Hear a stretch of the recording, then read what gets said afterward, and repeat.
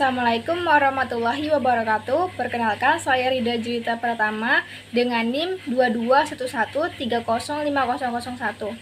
Kali ini saya akan menyampaikan materi saya tentang disiplin diri dan perkembangan perilaku prososial dan antisosial. Mulai dari pengertian, disiplin diri adalah kemampuan seseorang untuk mengendalikan dan mengarahkan perilaku, tindakan, serta keputusan mereka sesuai dengan aturan, nilai, dan tujuan yang telah ditetapkan. Sementara itu, perkembangan perilaku prososial adalah proses di mana seseorang mengembangkan sikap dan tindakan yang mendukung kesejahteraan orang lain. Perilaku prososial mencakup tindakan seperti membantu, berbagi, memberikan dukungan emosional, dan berpartisipasi dalam tindakan baik demi kepentingan bersama. Dan perkembangan perilaku antisosial adalah proses di mana seseorang mengembangkan pola perilaku yang melanggar norma-norma sosial, merugikan orang lain, atau melibatkan tindakan agresif dan merugikan. Ini mencakup perilaku seperti kebohongan, pencurian, kekerasan fisik, dan penolakan terhadap norma-norma sosial yang umumnya diterima. Selanjutnya, problematika. Yang pertama, masalah disiplin diri pada anak dapat meliputi 1. Ketidakmampuan kontrol diri, 2. Pemahaman aturan yang terbatas, 3. Pengaruh lingkungan, 4. Kesulitan menyampaikan kebutuhan, 5. Kurangnya konsistensi pengasuhan, 6. Faktor kesehatan mental atau fisik. Yang kedua, masalah perkembangan perilaku prososial pada anak meliputi 1. Keterbatasan kemampuan empati, 2. Kurangnya keterampilan sosial, 3. Pengaruh lingkungan, 4. Ketidakpastian norma sosial, 5.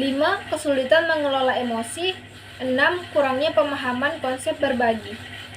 Yang ketiga, masalah dalam perkembangan perilaku antisosial pada anak meliputi 1. Agresi dan kekerasan, 2. Ketidakpatuhan terhadap aturan, 3. Kurangnya empati, 4. Masalah kontrol impuls, 5. Kurangnya tanggung jawab. Selanjutnya, solusi problematika disiplin diri dan perkembangan perilaku prososial dan antisosial.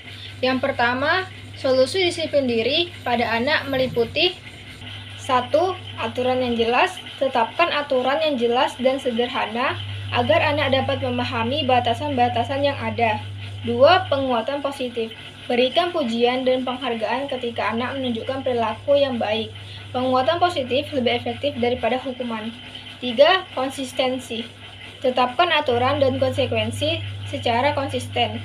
Konsekuensi membantu anak memahami bahwa setiap tindakan memiliki respon yang tetap. 4. Pilihan yang terbatas. Berikan anak pilihan terbatas untuk memberikan rasa kontrol yang sehat. Misalnya, apakah kamu ingin memakai baju merah atau biru hari ini? 5. Komunikasi yang efektif. Berbicara dengan anak untuk memahami perasaan dan kebutuhan mereka. Berikan penjelasan yang jelas tentang mengapa aturan ada dan mengapa penting untuk mengikuti mereka. 6. Waktu berkualitas. Habiskan waktu berkualitas dengan anak untuk membangun hubungan yang kuat dan memberikan mereka perhatian positif. Yang kedua, solusi perkembangan perilaku prososial pada anak meliputi 1. Pendidikan positif. Berikan contoh perilaku positif dan berkomunikasi dengan anak tentang pentingnya sikap baik, empati, dan kerjasama. 2. Penguatan nilai-nilai positif. Fokus pada penguatan perilaku prososial dengan memberikan penghargaan dan pujian ketika anak menunjukkan sikap positif. 3. Model perilaku. Jadi teladan yang baik karena anak-anak cenderung meniru perilaku orang dewasa di sekitar mereka. 4. Keterlibatan orang tua. Melibatkan orang tua dalam pendidikan anak sehingga pola perilaku positif diterapkan secara konsisten di rumah dan di lingkungan sekitar. 5. Aktivitas kelompok. Mendorong partisipasi dalam aktivitas kelompok untuk membangun keterampilan sosial dan kolaboratif. 6. Pendekatan kreatif. Gunakan metode pembelajaran kreatif seperti bermain peran, dongeng, atau kegiatan seni untuk mengajarkan konsep prososial. Yang ketiga, solusi perkembangan perilaku antisosial pada anak meliputi 1.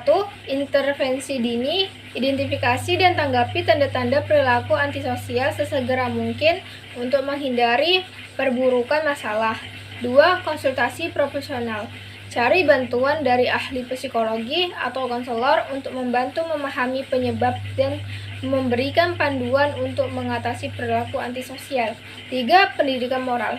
Berikan pendidikan moral yang kuat untuk membangun kesadaran tentang norma-norma sosial dan nilai-nilai positif. 4. Peningkatan keterampilan sosial. Latih anak dalam keterampilan sosial seperti berkomunikasi, berbagi, dan bekerja sama.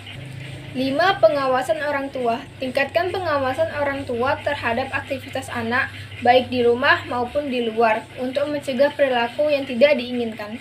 Yang keenam, program penguatan karakter. Ikutkan anak dalam program penguatan karakter yang fokus pada pengembangan nilai-nilai positif dan etika. Sekian penyampaian materi saya tentang disiplin diri dan perkembangan perilaku prososial dan antisosial. Wassalamualaikum warahmatullahi wabarakatuh.